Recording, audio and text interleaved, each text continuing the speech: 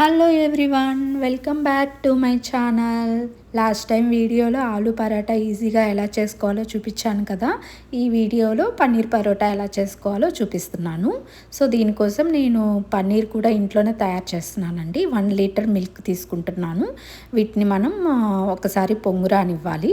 ఈలోపు 1 లీటర్ మిల్క్కి ఒక పెద్ద సైజు లెమన్ తీసుకొని స్క్వీజ్ చేసుకొని పక్కన పెట్టేసుకుందాం. సీడ్స్ ఏమీ రాకూడదు. ఈలోపు చపాతీ పిండి కలిపేసి పక్కన పెట్టేసుకున్నాను. సో మనకు మిల్క్ ఇలా బాయిల్ అవుతున్నప్పుడు పైన మీగడ వస్తుంది కదా, దీన్ని పక్కకు అనేసి ఇప్పుడు లెమన్ జ్యూస్ యాడ్ చేయాలి. సో ఇప్పుడు స్క్వీజ్ చేసుకున్న లెమన్లో నేను హాఫే యాడ్ చేస్తున్నానండి. సో డిఫరెన్స్ తెలియాలి అని చెప్పి మీకు చూపిద్దాము అని. సో ఇక్కడ యాడ్ చేసిన తర్వాత మనకు మిల్క్ లాగా ఇంకా కనపడుతుంది కదా, అలా ఉండకూడదు, మనకు వాటర్ లాగా రావాలి. సో ఈ టైంలో మనం ఇంకా కొంచెం లెమన్ యాడ్ చేయాలి అని సో ఇక్కడ ఇంకో హాఫ్ కూడా యాడ్ చేస్తున్నాను. సో మీకు ఇప్పుడు డిఫరెన్స్ మాత్రం అర్థమవుతుంది. ఈ లెమన్ యాడ్ చేశాక చూడండి, మనకి ఇక్కడ వాటర్ లాగా చేంజ్ అయిపోతుంది. సో అలా రావాలండి, మిల్క్ కలర్ అయితే ఉండకూడదు. ఇట్లా వాటర్ వస్తేనే మనకు పన్నీరు ఇంకా ఫుల్గా ప్రిపేర్ అయిపోయినట్టు. సో దీన్ని మనము ఫిల్టర్ చేసుకొని ఇప్పుడు పక్కన పెట్టేసుకుందాం. అలాగే బయట షాప్లో పన్నీరు వెనిగర్ యాడ్ చేసి మేక్ చేస్తారు. సో అంత హెల్దీ కాదు. సో వీలైనంత వరకు ఇలా ఇంట్లోనే తయారు చేసుకోవడానికి ట్రై చేయండి. సో దీంట్లో వాటర్ అనేది అస్సలు ఉండకూడదండి. వాటర్ ఉంటే పరోటా అస్సలు రాదు. సో అందుకని నేను ఇక్కడ స్మాల్ ప్లేట్ పెట్టి ఇట్లా ప్రెస్ చేస్తున్నాను. సో పైన కొంచెం ఇట్లా బరువు పెట్టవచ్చు. ఈలోపు మనకి వాటర్ అంతా ఫిల్టర్ అయిపోతుంది. సో ఈలోపు ఆనియన్, కొత్తిమీర, కరివేపాకు, మీకు ఇంట్రెస్ట్ ఉంటే గ్రీన్ చిల్లీ కూడా కట్ చేసుకొని స్టఫింగ్ తయారు చేసుకుందాం. ఈలోపు చపాతీ పిండి కూడా బాల్స్ లాగా చేసుకొని పక్కన పెట్టేసుకున్నాను. మనకిప్పుడు ఫిల్టర్ అయిపోయింది పన్నీరు. సో పన్నీర్ని ఇట్లా డివైడ్ చేస్తూ అంటే కొంచెం ప్రెస్ చేస్తూ దీన్ని ఇట్లా చిన్న చిన్నగా చేసేసుకొని దీంట్లో మనము స్టఫింగ్ యాడ్ చేద్దాము. చూసారా, మనకి ఇక్కడ ఇట్లా ప్రెస్ చేస్తున్నప్పుడు కూడా వాటర్ అనేది అస్సలు ఉండకూడదు.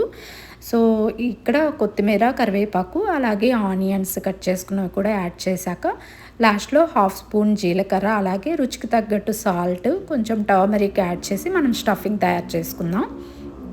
దీన్ని మిక్స్ చేసుకొని పక్కన పెట్టేసుకోవాలి.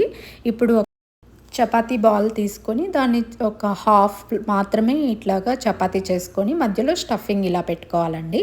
సో చపాతీ బాల్ కంటే కూడా మనకి లోపల స్టఫింగే ఎక్కువ ఉండాలి, అప్పుడే టేస్ట్ బాగుంటుంది. సో ఇక్కడ చూపిస్తున్నట్టు ఇట్లా ఫోల్డ్ చేసుకోవాలి స్టఫింగ్ పెట్టుకున్నాక. ఇంక ఇప్పుడు దీన్ని మనం చపాతీలాగా మనము చేసుకోవడమే. పైన కొంచెం పొడిపిండి యాడ్ చేసుకొని మనము స్లోగా ప్రెస్ చేసుకుంటూ ఇట్లా పరోటాలాగా చేసుకోవాలి. ఇట్లా చేస్తున్నప్పుడు స్టఫింగ్ బయటికి రాకుండా కొంచెం స్లోగా చేసుకోండి. చూసారా, ఇక్కడ ఇలాగ బయటికి రాకుండా మనం కొంచెం స్లోగా చేసుకుంటే సరిపోతుందండి.